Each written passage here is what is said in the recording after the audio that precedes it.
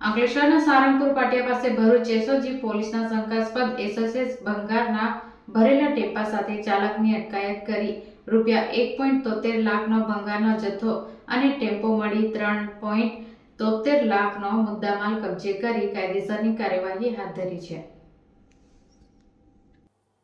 Bharuch એસઓજીનો staff Ankleshwar વિસ્તારમાં પેટ્રોલિંગમાં હતો તે દરમિયાન ઝઘડિયા જીઆઈડીસીથી શંકાસ્પદ ભંગાર ભરેલા ટેમ્પા અંકલેશ્વરના કાપોદ્રા રોડ તરફ જનાર માહિતી મળી હતી.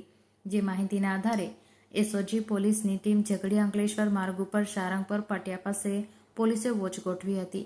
તે દરમિયાન ટેમ્પો આવતા પોલીસે તેને અટકાવી તેમાં તપાસ કરતા તેમાંથી એસએસનો ભંગાર અને એસએસ સ્ટીલ સહિતના લોખંડ ભંગાર મળી આવ્યા હતા.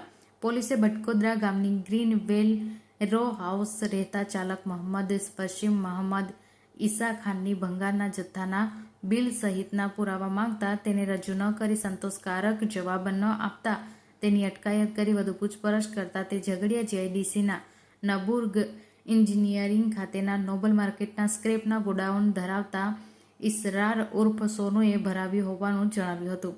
પોલીસે ₹1,73,000નો ભંગારનો જથ્થો અને ₹2 લાખનો ટેમ્પો મળી કુલ કિંમત ₹3,73,000ના મુદ્દામાલ કબજે કરી તેની વિરુદ્ધ અંકલેશ્વર જીઆઈડીસી પોલીસ મથકમાં ફરિયાદ દર્જ કરાવી હતી.